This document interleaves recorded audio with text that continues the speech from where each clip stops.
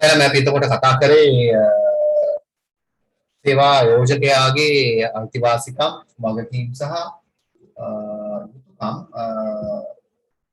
සම්බන්ධයෙන් අපි තාම කතා කරේ අයිතිවාසිකම් කතා කරා සේවා යෝජකයාගේ වගකීම් අපි තුනක් කිව්වා සාධාරණ වැටුපක් ගෙවීම නියමිත දිනට හෝ ඊට පෙර වැටුප් ගෙවන එක සේවක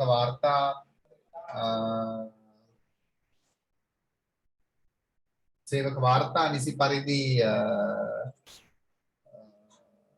පවත්වාගෙන යාම ඒ තුන විතරයි අපි තාම සාකච්ඡා කරේ සේවක වාර්තා නිසි පරිදි පවත්වාගෙන යාම ඒ වගේම අනිත් වගකීම තමයි මම පැහැදිලි කරගෙන හිටියේ අර ආයතනයේ විනය නැත්නම් නීති රීති විනය නීති රීති විධිමත්ව පවත්වාගෙන යාමත් සේවා යෝජකයාගේ වගකීමක් වෙනවා. එතකොට ආයතනයේ පවත්නා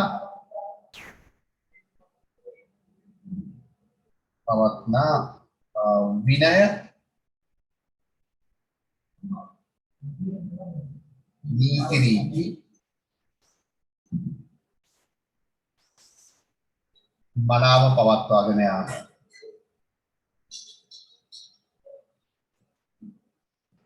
ආයතනයේ පවත්නා විනය නීති රීති මනාව පවත්වාගෙන යාමත් සේවා යෝජකයාගේ වගකීමක් විදියට අපි සලකනවා. ඊට පස්සේ අපි අවසාන වශයෙන් සාකච්ඡා කරමු සේවා යෝජකයාගේ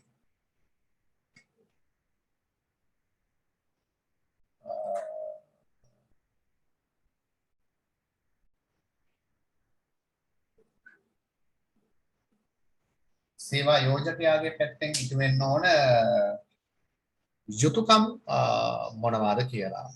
එතකොට සේවා යෝජකයාගේ එක යුතුයකමක් තමයි ඔයගොල්ලෝ දන්නවා අර සේවකයාගේ රැකියාවේ සුරක්ෂිතභාවය තහවුරු කරන්න පුළුවන් නම් ඒක ලොකු දෙයක්. ඒ කියන්නේ අඛණ්ඩව ආයතනයේ වැඩ කරන්න පුළුවන් තත්ත්වයක් සේවකයාට හදලා දෙන එක සේවා යෝජකයාගේ යුතුයකමක්. රැකියාවේ සුරක්ෂිතභාවය තහවුරු කිරීම. රැකියාවේ සුරක්ෂිතභාවය තහවුරු කිරීම. රැකියාවේ සුරක්ෂිතභාවය තහවුරු කිරීම. අර එකටම ලියන්න පොඩ්ඩක් කියන්න බැරුව ගියා. එකටම ඒක ලිව්වා නම් හොඳයි. එහෙම විශේෂයක් නැහැ. අර අපි අර සේවකයාගේ යුතුයකම් ලියනකොටත් මතක ඇති සේවකයාගේ ප්‍රධානම යුතුයකම වෙන්නේ සේවක වගකීම් නිසි පරිදි ඉටු කිරීම. මතක ඇති මං හිතන්නේ ඒක සේවකයාගේ ප්‍රධානම යුතුයකම වෙන්නේ සේවක වගකීම් නිසි පරිදි ඉටු කිරීම වගේම සේවා යෝජකයාගේ ප්‍රධාන යුතුයකම වෙන්නේ නේද? මෙන්න මේ එයාගේ වගකීම් ටික සාධාරණ වැටුපක් ගෙවන එක, වැටුප වේලාවට ගෙවන එක, වාර්තා විනය හරියට පවත්වාගෙන යාම ඒ කියන්නේ සේව්‍ය වගකීම්. ඒතකොට මේක මතක තියාගන්නත් පුළුවන් උත්තරයක්. ඒක අදාළයි යුතුයකම් වල සේවා දායකයාටත් අදාළයි සේවා යෝජකයාටත් අදාළයි. මේ සේවය වගකීම් නිසි පරිදි ඉටු කිරීම.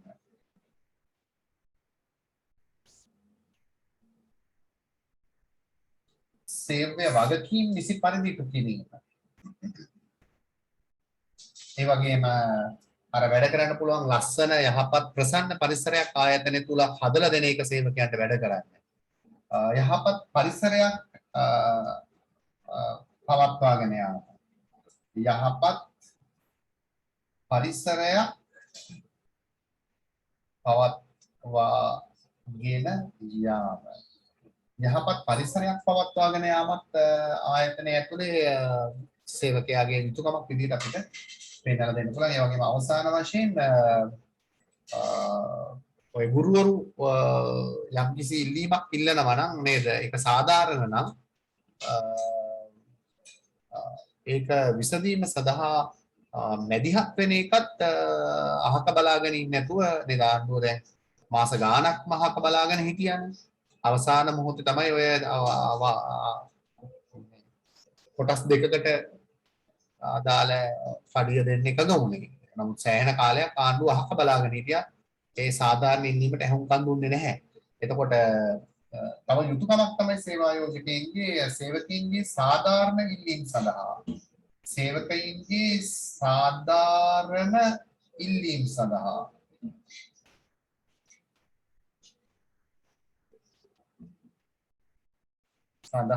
ඇහුම්කන් දීම හා ඒවා විසඳීමට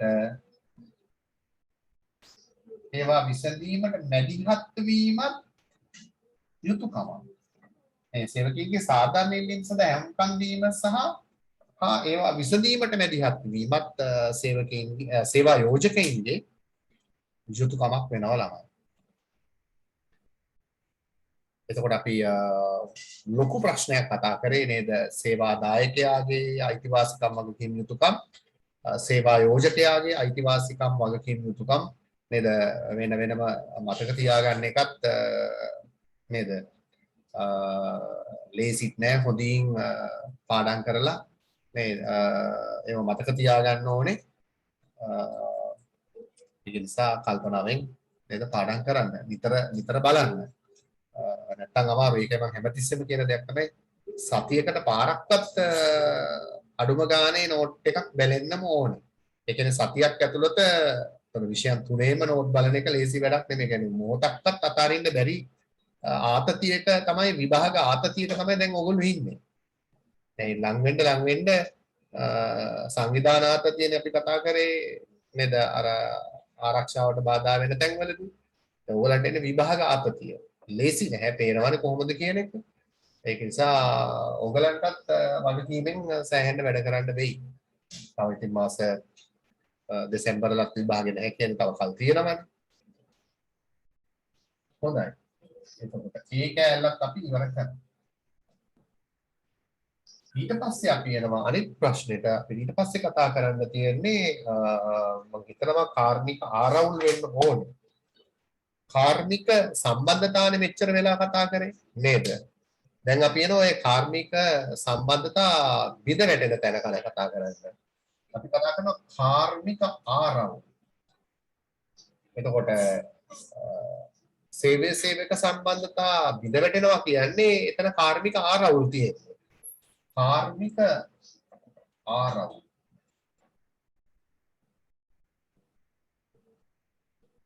කාර්මික ආරවුල්. ඒතර කාර්මික ආරවුල්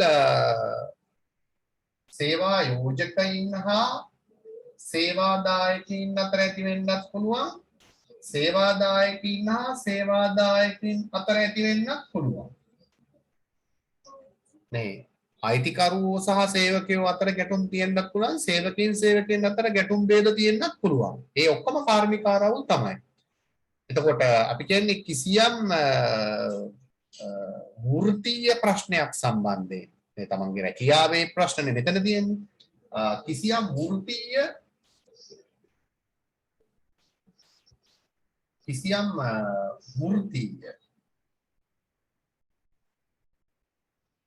ප්‍රශ්නයක්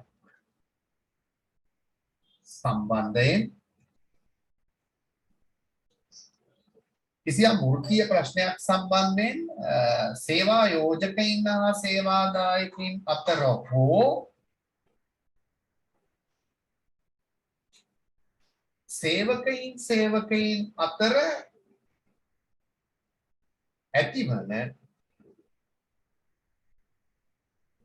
ඇතිවන ගැටුම් නැතහොත් ભેද අපි හඳුන්වනවා ගැටුම් නැත්නම් ભેද කාර්මික ආරවුල් කියලා. ඒතකොට කිසියම් වෘත්තීය ප්‍රශ්නයක් සම්බන්ධයෙන් සේවා යෝජකයින් හා සේවාදායකයින් අතර හෝ සේවකයින් අතර ඇතිවන ගැටුම් හෝ ભેදවලට අපි කියනවා මේ පිල් බෙදනවා. ඉතින් බෙදනවා කියන්නේ සම්බන්ධය කැඩෙනවා කියන එකනේ. ඒතර ભેද වුණාම එතන ගැටුමක් ආරවුලක් ඇති වෙනවා. හරි. එතකොට අපි ලියාගමු කාර්මික ආරවුලක් කියන්නේ මොකක්ද කියලා. කිසියම් වෘත්තීය ප්‍රශ්නයක් සම්බන්ධයෙන්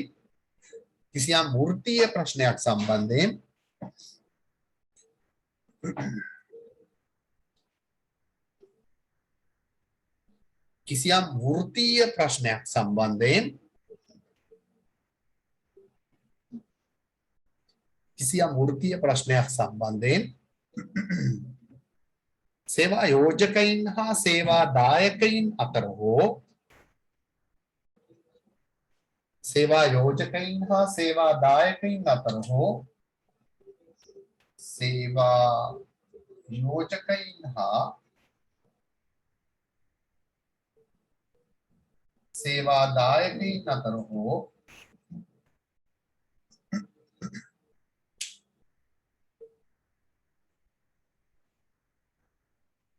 සේවා යෝජකයින් හා සේවා දායකයින් අතර හෝ සේවා දායකයින් හා සේවා දායකයින් අතර නැත්නම් සේවකයින් අතර කිව්වත් කමක් නැහැ. සේවා යෝජකයින් හා සේවා දායකයින් අතර හෝ සේවකයින් අතර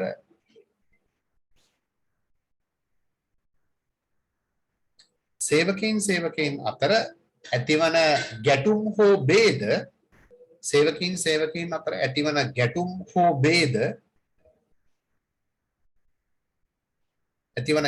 හෝ ભેද කාර්මික ආරවුල් ලෙස හැඳින්වේ. කාර්මික ආරවුල් ලෙස හැඳින්වේ. කාර්මික ආරවුල් ලෙස හැඳින්වේ.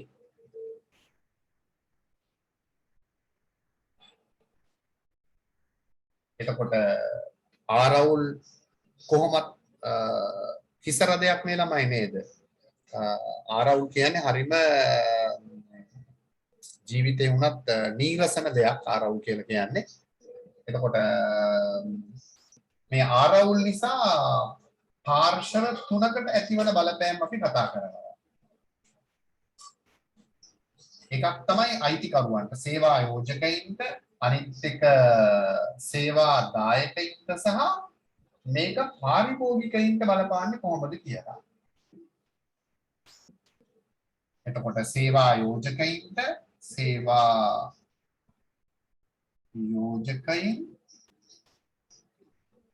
සේවා දායකයින් ඒ වගේම පාරිභෝගිකයින්ට මේක බලපාන්නේ කොහොමද කියලා. එතකොට අපේ ප්‍රශ්නේ වෙන්නේ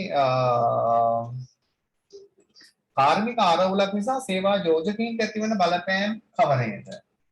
කාර්මික ආරවුල් නිසා සේවා යෝජකයින්ට ඇතිවන බලපෑම්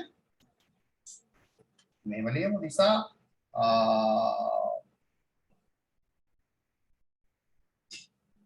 කාර්මික ආරවුල් නිසා අපි කතා කරන්නේ සේවා යෝජකයින්ට ඇතිවන බලපෑම්, සේවා දායකයින්ට ඇතිවන බලපෑම් සහ පාරිභෝගිකයින්ට ඇතිවන බලපෑම්. අපි පළවෙනි ප්‍රශ්නේ ලියාගමු. කාර්මික ආරවුල් නිසා සේවා යෝජකයින්ට ඇතිවන බලපෑම්. කාර්මික ආරවුල් නිසා සේවා යෝජකයින්ට ඇතිවන බලපෑම. එතකොට ගැටුම් නැත්තම් ભેදනේ ආරවුල් කියන්නේ. ගැටුම් නැත්තම් ભેද. එතකොට ගැටුමක් තියෙනවා කියන්නේ එතන වැඩේ හරියට කෙරෙන්නේ නැහැ. එතකොට එකක් තමයි ව්‍යාපාර කටයුතු.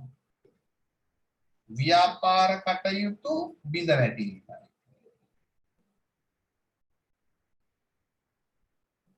ව්‍යාපාර කටයුතු බිඳ වැටෙනවා. ව්‍යාපාර කටයුතු බිඳ වැටීම.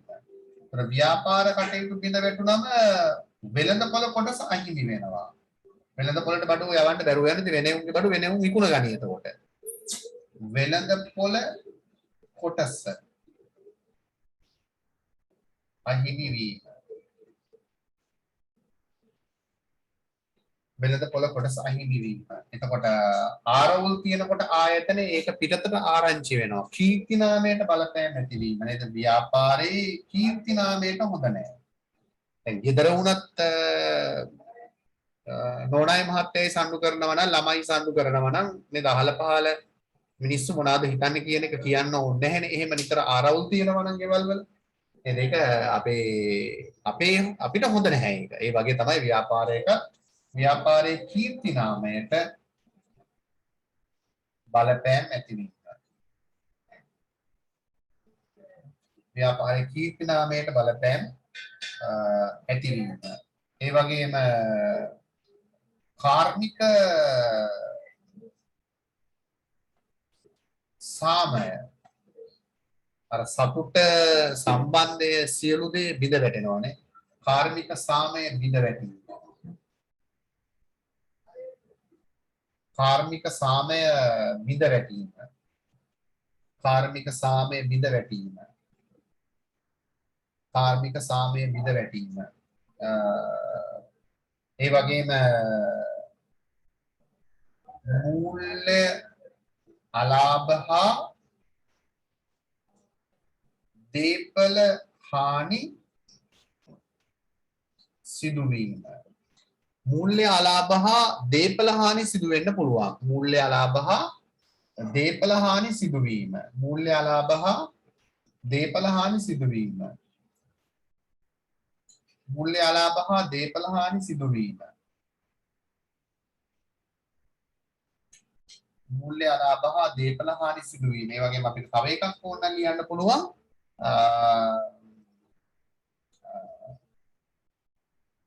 තරගකාරීත්වයට සාර්ථකව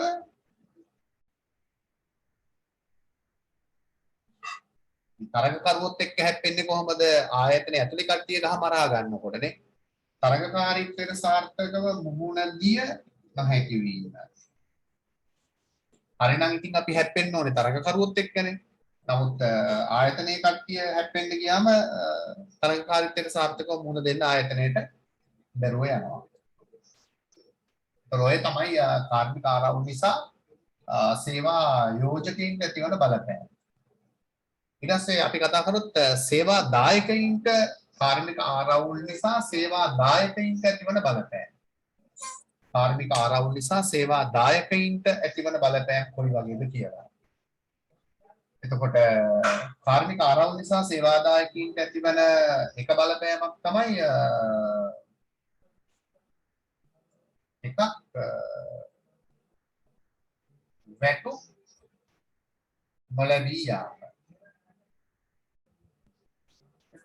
ඔයගොල්ලෝ ඊයේ නිවුස් පෙරේදා නිවුස් බැලුවා නම් අපේ මට හරියටම මතක නැහැ අපේ ආණ්ඩුකාරතුමා කිව්වා නේද එයාගේ පළාතේ සේවකයෝ 21 වැඩට ආවේ නැත්තම් වැටුප් ගෙවීම නතර කරනවා කියලා. මම හිතනවා ඔයගොල්ලෝ නිවුස් බලන්නේ නැති කියලා. වැටුප් නොලැබී යාම සේවාදායකයින්ට වෙන්න පුළුවන්. ඒතර වැටුප් නැතුව ගියාම මොකද වෙන්නේ කියලා දන්නවනේ. ජීවන තත්ත්වය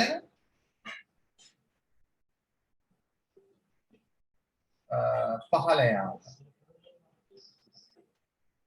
ජීවත් වෙන්න බැරුව යනවා. ජීවත් වෙන්න අමාරුයි. ජීවන තත්ත්වය පහළ යාම. ඒ වගේම ආරවුල් ඇති වුණාම මෙතන කිව්වා වගේ කාර්මික සාමය නේ මේගොල්ලන්ටත් එහෙමයි. කාර්මික සාමය බිඳ වැටීම. සතුට නැතුව යනවා. අර කාර්මික සම්බන්ධතා තුළින් තිබිච්ච සතුට නැතුව යනවා. කාර්මික සාමය බිඳ වැටීම. හතර අපිට ලියන්න පුළුවන් අර උසස් වීම.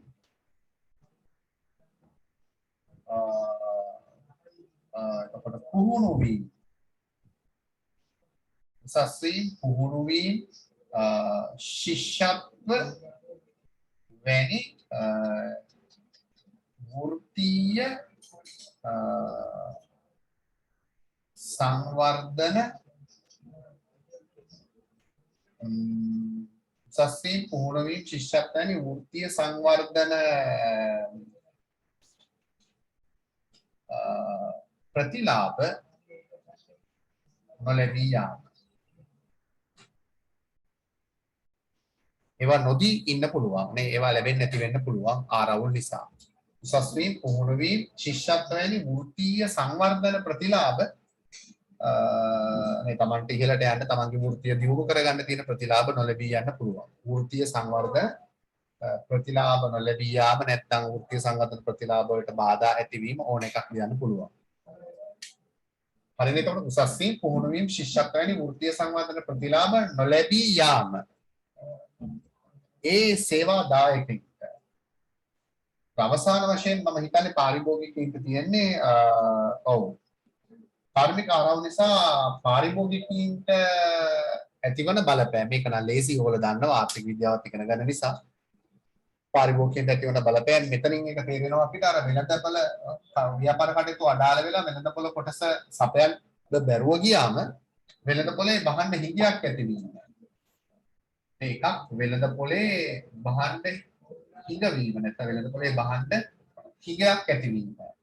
ඒතර වෙළඳපොළේ බහන්න හිගයක් ඇති වුණාම දෙක බාන්න මිල ගණන් ඉහළ යාම. දෙක වෙළඳපොළේ බහන්න හිගයක් ඇතිවීම දෙක ඒකේ ප්‍රතිඵලයක් විදිහට බහන්න මිල ගණන් ඉහළ යාම හරියට අර කිරිපිටි වලට අපිට වෙච්ච දේ වගේනේ. එහෙම නෙවුනේ වෙළඳපොලේ බහන්න හිඟ වුණා කිරිපිටි නැතුව ගියා. එතකොට බහන්නේ මිල ගණන් ඉහළ ගියා. බහන්න මිල ගණන් ඉහළ යාම. එතකොට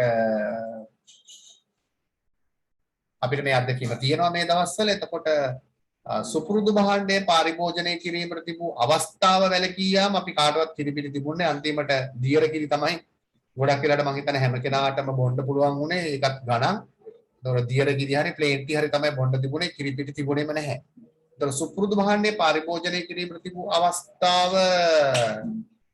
නොලැබී යාම වගේම ගුණත්වයෙන් අඩු ආදේශන භාණ්ඩ පරිභෝජනය කිරීමට අපිට සිදු වුණා. මේ අත්දැකීම අපි හොඳටම මේ හතරම මුක්ති විඳ මේ දවස්වල. ඒ නිසා මේක නම් අමතක වෙන්නම බෑ. මටත් අමතක වෙන්නෙම නැති කවදාවත් අමතක නොවේයි කියලා හිතනවා මේ කාලේ ලැබිච්ච අත්දැකීමත් එක්කලා අපිට නේද? කිරිපිටි නෑ, මිල ගණන ඉහළ ගියා. එතකොට සුපුරුදු එක පාවිච්චි කරන්න බැරුවගේ එක එක જાති කිරි බිව්ව ඇත්තටම අපි සමහරකට හයිලන්ඩ් සමහරට වෙන දියර කිරි එක එක දේවල් බොන්න පුරුදු වුණා. බොන්න වුණා ඉතින්. සුපුරුදු භාණ්ඩේ පරිභෝජනය කිරීම නොහැකි වීම ඒ වගේම ගුණත්වයෙන් අඩු අර අපේ ගෙදරත් කට්ටිය වැඩි නිසා සමහරක් වෙලාවට කිරිපිටි පැකට් දෙකක් ගෙනල්ලා හැදුවත් නිකන් ඒට වඩා හොඳයි කියලා හිතනවා වතුර බිව්වනම්.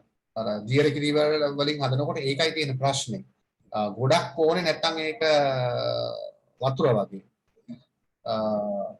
එතකොට සුපුරුදු භාණ්ඩයේ පරිභෝජනය කිරීමට තිබූ අවස්ථාව වැළකී යාම සුපුරුදු භාණ්ඩ ඒ සුපුරුදු භාණ්ඩයේ පරිභෝජනය කිරීමට තිබූ අවස්ථාව අහිමි වීම.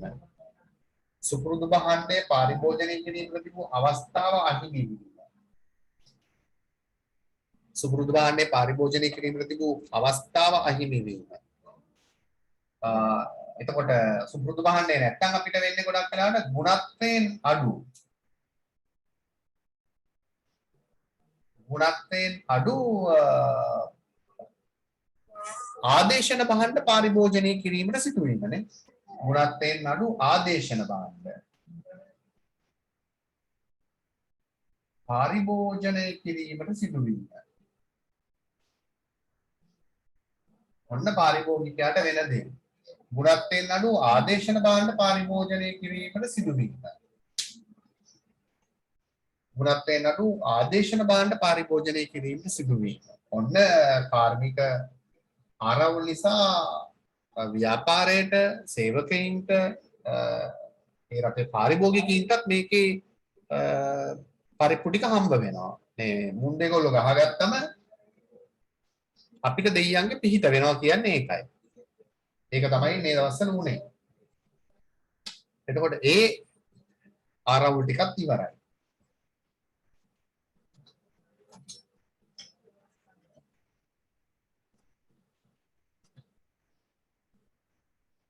ඊට පස්සේ අපිට කතා කරන්න කියන්නේ වෘත්තීය සමිති ගැන.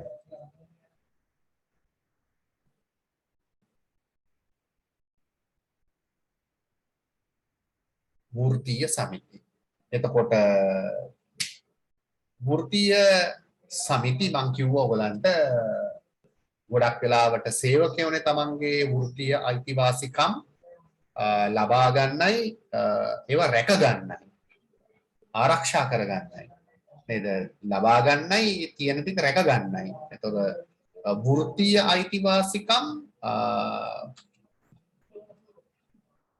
වෘත්තීය අයිතිවාසිකම් අපි කතා කරා අයිතිවාසිකම් ගැන. වෘත්තීය අයිතිවාසිකම් ලබා ගැනීම සඳහා වගේම රැක ගැනීම සඳහා නේ ලබා ගැනීම හා රැක ගැනීම සඳහා කිසියම්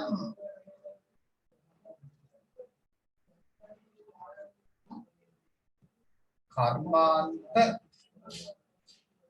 ක්ෂේත්‍රයක හෝ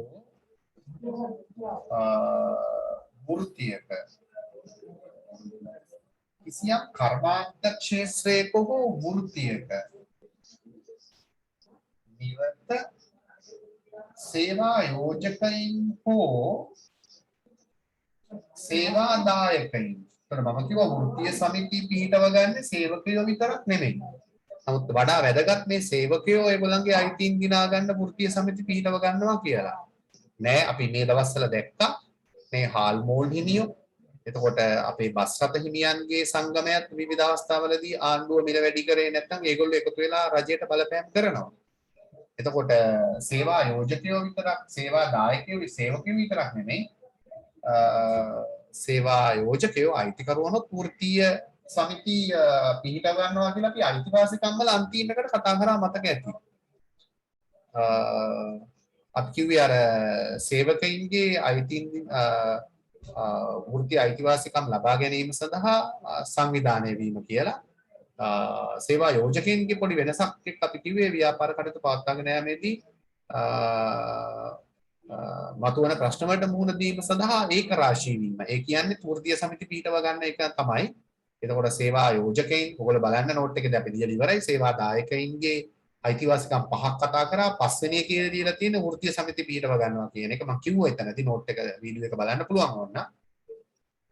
ඒ වගේම සේවා යෝජකයින්ගේ අයිතිවාසිකම් අපි කතා කරේ 4යි. ඒකෙත් 4 වෙනි එකේ ලිව්වේ ඒක රාශී වීම ඒගොල්ලන්ගේ ව්‍යාපාර කටයුතු පවත්වාගෙන යාමේදී මුහුණ පාන්න සිදුවන ප්‍රශ්නවලදී ඒගොල්ලන්ට ඒක රාශී වෙනවා කියලා. එතකොට දෙගොල්ලොම වෘත්තීය සමිති පිටවන්න පුළුවන්. නිරත සේවා යෝජකයින් හෝ සේවා දායකයින් එකතු වී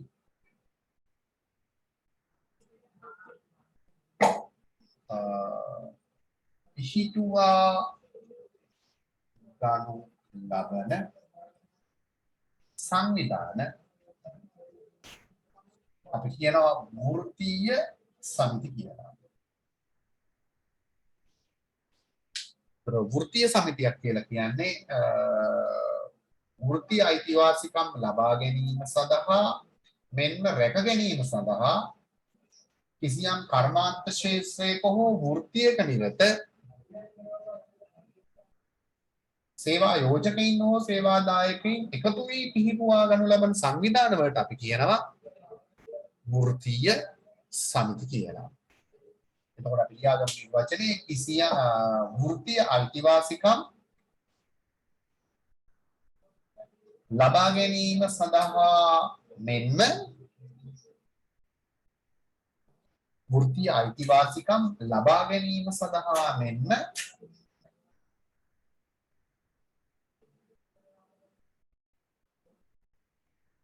රැක ගැනීම සඳහා ලබා ගැනීම සඳහා මෙන්ම රැක ගැනීම සඳහා ලබා ගැනීම සඳහා මෙන්ම රැක ගැනීම සඳහා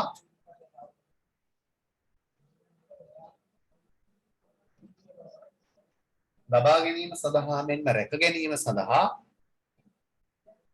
කිසියම් කර්මාන්ත ක්ෂේත්‍රයක හෝ කිසියම් කර්මාන්ත ක්ෂේත්‍රයක හෝ වෘත්තීයක නිරත කිසියම් කර්මාන්ත ක්ෂේත්‍රයක හෝ වෘත්තීයක නිරත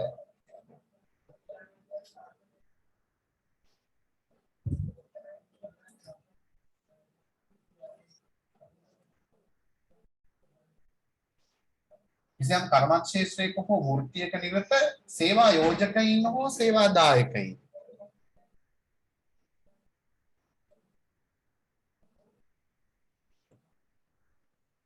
සේවා යෝජකයින් හෝ සේවා දායකයින්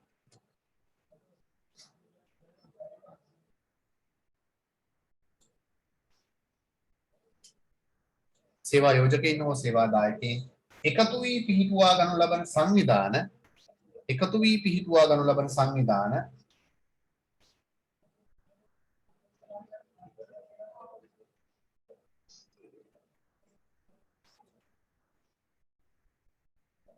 එකතු වී පිහිටුවා ගනු ලබන සංවිධාන වෘත්තීය සමිති ලෙස හැඳින්වේ. වෘත්තීය සමිති ලෙස හැඳින්වේ. එතකොට පාලක පක්ෂයක් වෘත්තීය සමිති පිටව ගන්නවා. සේවක පක්ෂයක් වෘත්තීය සමිති පිටව ගන්නවා තමන්ගේ වෘත්තීය අයිතිවාසිකම් ලබා ගැනීම සහ රැක ගැනීම සඳහා. ඊට පස්සේ අපිට කතා කරන්න සිද්ධ වෙනවා මේ වෘත්තීය සමිති පිහිටුවීමේ අරමුණු සහ වෘත්තීය සමිතිවල කාර්යයන් ගැන තමයි අපි ප්‍රධාන වශයෙන් කතා කරන්න තියෙන වෘත්තීය සමිති යටතේ. වෘත්තීය සමිති පිහිටුවීමේ අරමුණු සහ වෘත්තීය සමිතිවල කාර්යයන්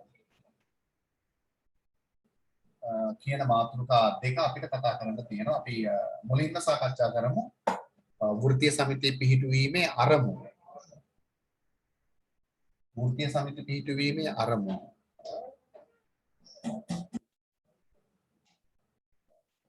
එතකොට වෘත්තීය සමිති පිහිටව ගැනීමේ ප්‍රධාන එක අරමුණක් තමයි සාධාරණ වැටුපක් ලබා ගැනීම හා වර්ධනය කර ගැනීම. සාධාරණ වැටුපක් ලබා ගැනීම හා වර්ධනය කර ගැනීම. දැන් මේ දවස්වල වර්ධනය කරගන්න ගිහිල්ලා තමයි අපි තාම පාරේ ඉන්නේ.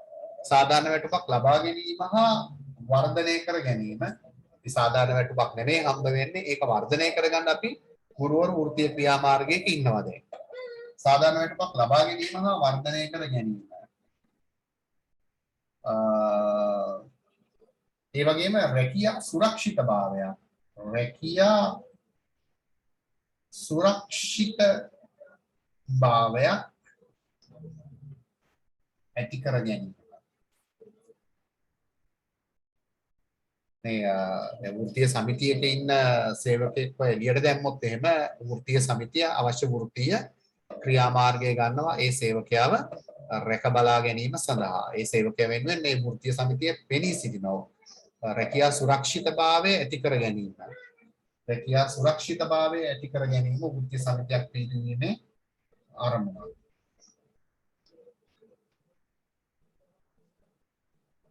ඒ වගේම සේවා කාලය සම්බන්ධයෙන්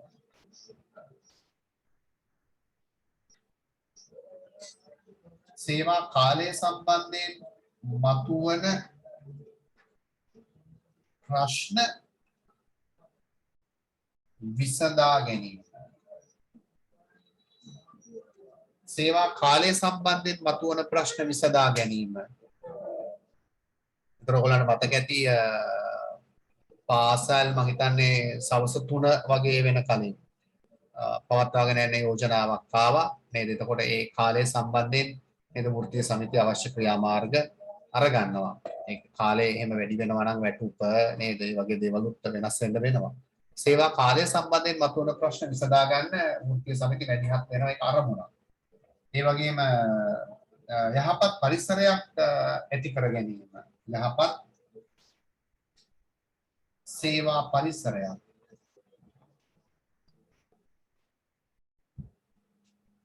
ඇති කර ගැනීම සඳහා අපි වෘත්තීය සමිති පිහිටව ගන්නවා. ඒක වෘත්තීය සමිතික අරමුණක් යහපත් සේවා පරිසරයක් සේවකයන්ට ඇති කරලා දෙන එක. ඒ වගේම තමයි අපි මේ ඉස්සෙල්ලා කතා කරපු වෘත්තීය සෞඛ්‍ය හා වෘත්තීය අනතුරු වලින් ආරක්ෂාව සලස්වා ගැනීම. වෘත්තීය සෞඛ්‍ය හා වෘත්තීය අනතුරු වලින් ආරක්ෂාව සලස්වා ගැනීමත් වෘත්තීය සමිතියක් පිහිටුවීමේ අරමුණු අතර තියෙනවා. වෘත්තීය සෞඛ්‍ය හා වෘත්තීය අනතුරු වලින් ආරක්ෂාව සලස්වා ගැනීම. වෘත්තීය සෞඛ්‍ය හා වෘත්තීය අනතුරු වලින් ආරක්ෂාව සලස්වා ගැනීම. ඒ වගේම 6 වෙනි එක විදිහට අපිට පෙන්නලා දෙන්න පුළුවන් අධ්‍යාපනය හා පුහුණුව ලබා ගැනීම. පුහුණුව ලබා ගැනීම සේවකයන්ට නේද? අධ්‍යාපනය හා පුහුණුව ලබා ගැනීම.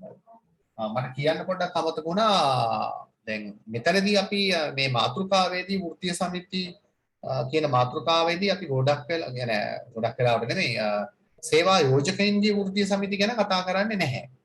ප්‍රධාන වශයෙන් අපි අවධානය යොමු කරන්නේ මේ සේවා දායකයින්ගේ වෘත්තීය සමිති. මට ඒක ටිකක් මුලින් කියන්න අමතක වුණා. ඇත්තටම දැන් අපි සාමාන්‍යයෙන් දන්නේ මේ සේවකයෝ එකතු වෙලා වෘත්තීය සමිති පිටව ගන්නවා කියලානේ. නේද? මේ පැත්තනේ වඩා ජනප්‍රිය ඇත්තටම. ඒතර මෙතනදී මේ මාතෘකාවේදී අපි කතා කරන්නේ සේවා යෝජකයින්ගේ වෘත්තීය සමිති ගැන නෙමෙයි ළමයි ඇත්තටම. සේවා දායකයින්ගේ වෘත්තීය සමිති. නැත්තම් මෙතන කලවමෙන් ඉපැයි දෙගොල්ලන්ගේම අරමුණු. එහෙම නැහැ. මෙතනදී ඇත්තටම අපි කතා කරන්නේ සේවා දායකයින්ගේ වෘත්තීය සමිති පිහිටුවීමේ අරමුණු. සේවා යෝජකයින්ගේ වෘත්තීය සමිති ගැන අපි මේ මාතෘකාව යටතේ ඔයගොල්ලොත් එක්ක කතා කරන්නේ නැහැ. ඒක නෝට් එකේ පැහැදිලිව තියන්න. එනිමුනේ සේවා දායකයින්ගේ වෘත්තීය සමිති පිහිටුවීමේ අරමුණු අධ්‍යාපනය හා පුහුණුව ලබා ගැනීම. අවසාන තව එකක් මට කියන්න පුළුවන් සාමූහික කේවල කිරීම. सामूहिक केवल किरीम. सामूहिक केवल किरीम තාම මම සාකච්ඡා කරලා නැහැ. ඕනනම් මෙතනදිම සටහනක් දාගන්න පුළුවන් සාමූහික කේවල් කිරීම කියන්නේ මොකක්ද කියලා. අපිට තව චූටි වෙලාවක් තියෙන නිසා මිනිත්තු 2යි ගාණක් තියෙන්නේ. මෙතනදී ඉවර කරලා දාමු. ඊට පස්සේ අපි කතා කරන වෘත්තීය සමිති වල කාර්යයන් වලටත් සාමූහික කේවල් කිරීම අපි උත්තරයක් විදිහට ලියනවා. එතකොට මේ සාමූහික කේවල් කිරීම කියන්නේ කාර්මික ආරවුලක් සම්බන්ධයෙන්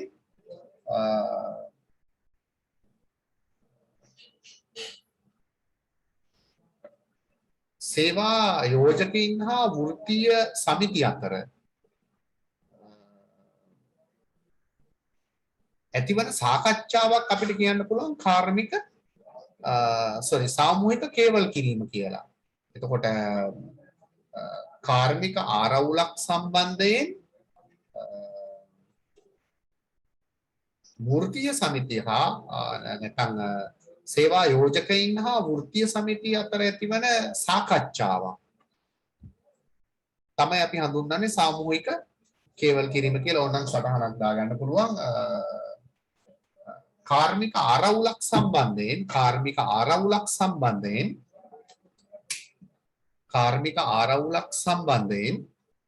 සාමූහික කේවල් කිරීම කාර්මික ආරවුලක් සම්බන්ධයෙන්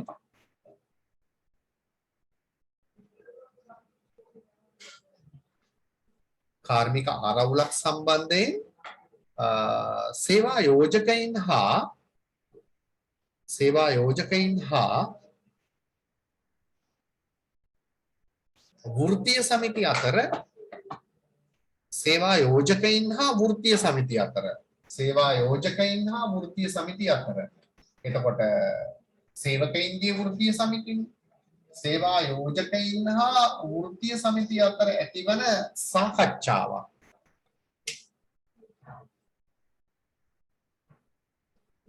අපි දන්නවනේ කේවල් කරනවා. දැන් අපි සමහරට භාණ්ඩයක් මිලදී ගන්න ගියාමත් වෙලෙන්ද කියනවා 25 කියලා. අපි කියනවා නෑ ඕනනම් 23ක් දෙන්නම්. එහෙම අර කේවල් කරනවනේ දෙපැත්තට. එතකොට මේ ආරවුලක් ඇති වුණාමත් එහෙමනේ. ඒගොල්ලෝ එකක් කියනවා අපි එකක් කියනවා. එතකොට අපි සාකච්ඡා කළා තමයි යම්කිසි විසඳුමකට එන්න වෙන්නේ. එතකොට එහෙම අර දෙපාර්ශ්වය අතර අදහස් වමාවක් සාකච්ඡාවක් තමයි යම්කිසි ආරවුලක් සම්බන්ධයෙන් සාමූහික කේවල් කිරීම කියලා කියන්නේ. එතකොට පාලක පක්ෂයේ වෘත්තීය සමිතිය අතරනේ ප්‍රශ්නේ තියෙන්නේ නේද? එතකොට කාර්මික ආරවුලක් සම්බන්ධයෙන් සේවා යෝජකයින් හා වෘත්තීය සමිතිය අතර ඇතිවන සාකච්ඡාවක් දෙපැත්තට නේ. ඒගොල්ලන්ගේ පැත්ත කියන අපි අපේ පැත්ත කියලා කොහොම හරි එකඟතාවයකට අවසානයේ එන්න වෙනවා. ඒකට තමයි උත්සාහ කරන්නේ. සාමූහික කේවල් කිරීම ලෙස හැඳින්වේ.